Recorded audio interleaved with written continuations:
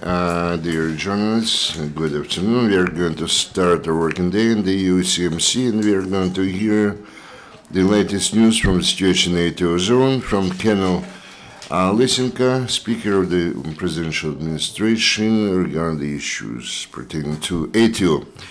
Good afternoon, esteemed colleagues. Yesterday, the situation in the east of Ukraine continued to change for the stabilized situation. For the first time over the last few days, there was quiet in many hot spots in Stanitsa Luganska, Счастье, Zolote Popasne, and in the whole Mariupol sector, they registered no shelling. For the second day in a row, the enemy did not apply heavy weaponry, mortars, and armored vehicles. A short list of events which took place yesterday on August 30th in the ATO zone. In the Lugansk sector, the unquiet situation was registered only to the north of the Bakhmut highway near Turhizbenka. The militants carried out 15-minute shelling using the grenade launchers. They fired from the opposite bank of Seversky Donets River. In short, provocation took place between Slovan and Serbsky and Crimsky. In the Donetsk sector, yesterday there was a relatively quiet situation near Svetlodarsk. In our frontline position was Lysenko, up to 7 when provocation took place using the firearms and grenade launchers. Near Gorlinka, they registered only one armed incident in the village of Kiryzhynskoye district, where the firearms were used. Between Gorlivka and Snuata, yesterday was quiet. Near Donetsk, yesterday the combat actions were carried out only in the front line of the first line of defense of Avdiivka-Pisky in the dark hours of the day. In the Mariupol sector, situation yesterday was without any enemies shelling. At the same time, 2 of our guys actually triggered the water traps while on the move. Yesterday in the ATO zone, they registered 5 flights of the enemy's drones. Over the last 24 hours, we did not have any guys killed, Ukrainian servicemen killed, but 5 were wounded. Special services revealed the hideouts with illegal weapons in the zone of ATO. 2 large arsenals were seized in Lugansk region. It has been established that the criminals planned to carry this weapon beyond the boundaries of ATO zone. One of the hideouts was found near the village of Bakhmutivka, the Aydarsky district, where they found the motor vehicle with a sub-barrel grenade launcher, TNT explosives, and anti-infantry or landmines. Also the hand grenades and cartridges. The second batch was seized in the abandoned premises of the factory in the village of Polovinkino, Starobylsky district, including 33 kilograms of TNT, 43 grenade launchers, 7 rocket launchers for the grading units, and a big number of the cartridges. Ukrainian patriots helped the families of the ATO participants.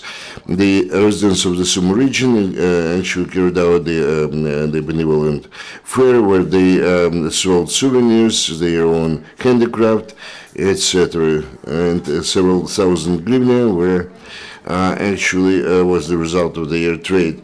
The Armed Forces of Ukraine received new contract officers. This is, you can see, Oksana Chorna, who in due time was assistant Ukrainian serviceman in the ATO zone. Now she servicewoman herself, and the 28th detached motorized unit. And now we would like to kindly ask the journalists, since we have a very tense situation, please do not put in the internet the video materials regarding the combat actions which have been filmed during the last few days, because this information could be perceived as a provocation and used by our enemy for the new spiral of escalation of conflict in Donbass. This is the end of my story. I have a question. For several weeks now, the general staff and different experts are talking about the possible provocations on the part of the Russian troops and militants during September the 1st, or the first day of the school year, just to provoke them. Are there any plans of the Minister of Defense to counteract or do something against these possible provocations and use the army for that purpose? First of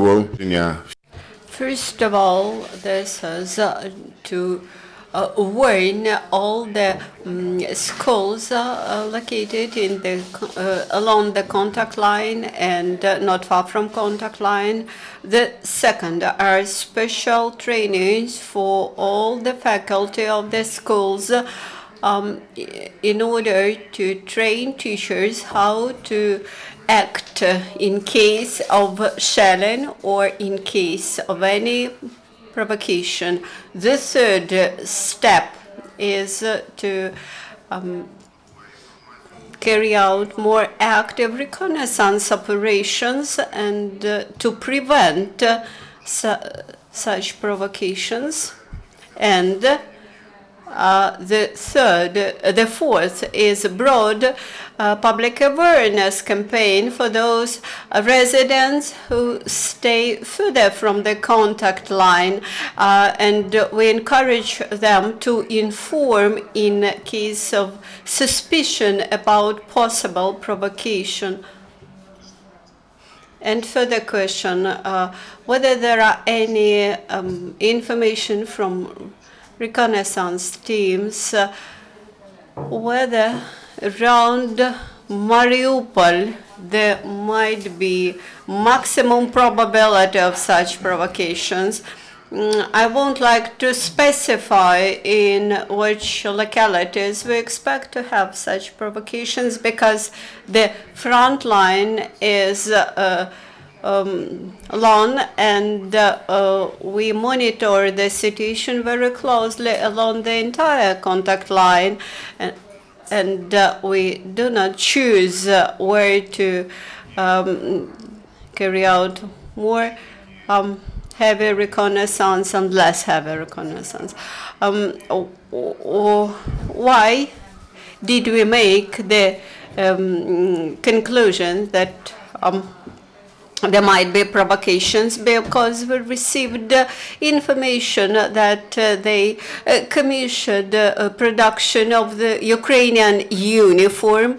Then we know some facts when they make special signs on the machinery and weapons. And we try to organize counteraction to all these steps. And the third factor is more intensified arrivals of Russian journalists to the contact line, and in these cases we presume that they came to make stories about shellings of Ukrainian military, and we hope that tomorrow, on the 1st of September, there will be a festival for young children, and the peaceful situation will continue. Those to our servicemen who were they were killed or wounded, those who happened on the mine, and they are wounded and included to that 5 whom I mentioned as wounded. Thank you.